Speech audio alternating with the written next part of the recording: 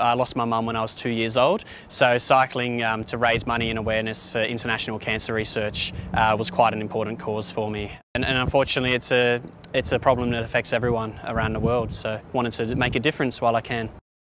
It's been a long way, and up to now I've done 42,000 kilometres or 42,402 I think.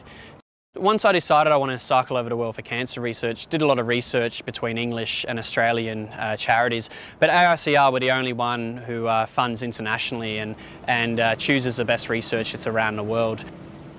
The research I do focuses on drug resistance in cancer and in malaria.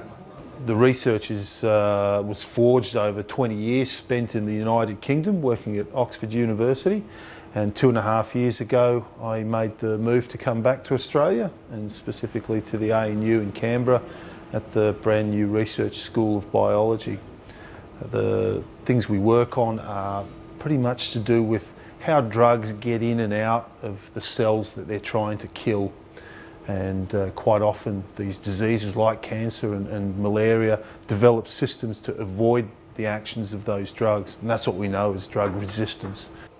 So we want to figure out why these anti-cancer drugs don't kill the cells anymore, and hopefully either improve their actions or help in the future design of anti-cancer drugs that avoid these resistance pathways.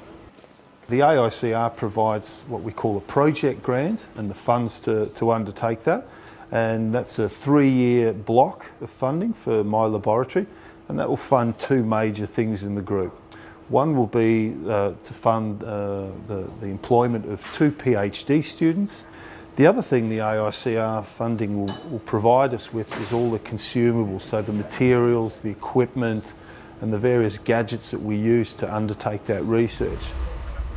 Chris has done the noble event of cycling 45,000 kilometres from the UK to Australia through what I can only imagine is some pretty inhospitable countries. It's to raise money for charities. The research that we do is funded by money raised by people's efforts like Chris.